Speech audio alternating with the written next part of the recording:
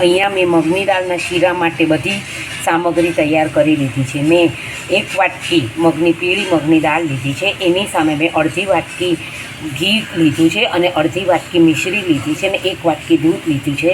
અને ગાર્નિશિંગ માટે મેં બદામની કતરણ લીધી છે અને એલચી પધરાવવા માટે મેં લીધી છે.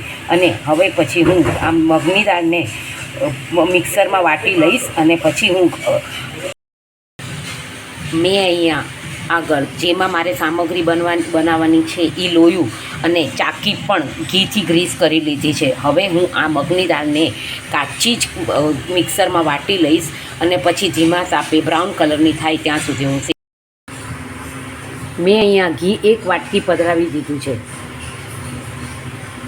આ ઘી ગરમ થાય પછી એમાં હું મગની દાળ મેં જે પીસીને રાખી છે એનો બારીક મેં મીડિયમ ભૂક્કો કર્યો છે એ હું આમાં પધરાવી દઈશ. આવી રીતનો મેં એનો ભૂક્કો કર્યો છે હું એમાં પધરાવી દઈશ.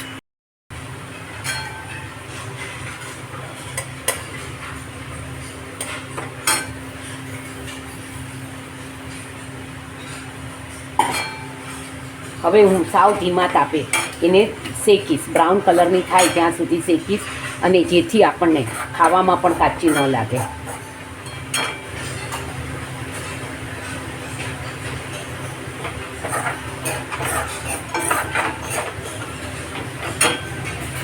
મેં એને સ્લો ટુ મીડિયમ ગેસ ઉપર શેકવાનું ચાલુ કરી દીધું છે.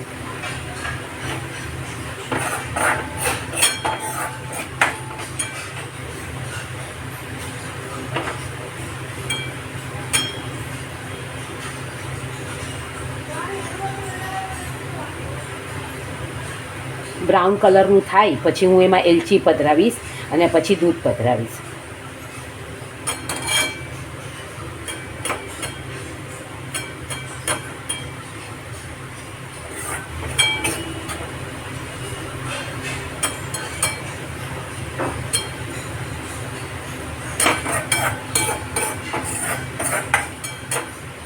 તમે જોઈ શકો છો આ ખદખદવા મંડી છે, પરંતુ આ આપણને હજી થોડોક આપણે બ્રાઉન આમાં કલર લાવવો પડશે, નહીંતર પીળાશ પડતો થશે અને ખાવામાં કાચો લાગશે.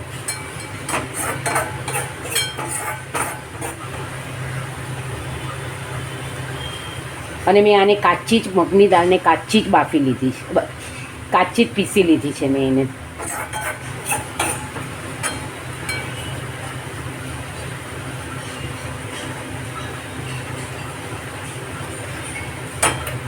તમે જોઈ શકો છો એનો કલર હવે ધીરે ધીરે બ્રાઉન થવા માંડ્યો છે. નહીં બહુ યલો નહીં બ્રાઉન એવો કલર થશે ત્યારે એમાં હું પહેલાં સૌપ્રથમ એલચીનો પાવડર પધરાવીશ, પછી એમાં દૂધ પધરાવીશ અને દૂધ બળી જાય પછી એમાં મિશ્રી પધરાવીશ.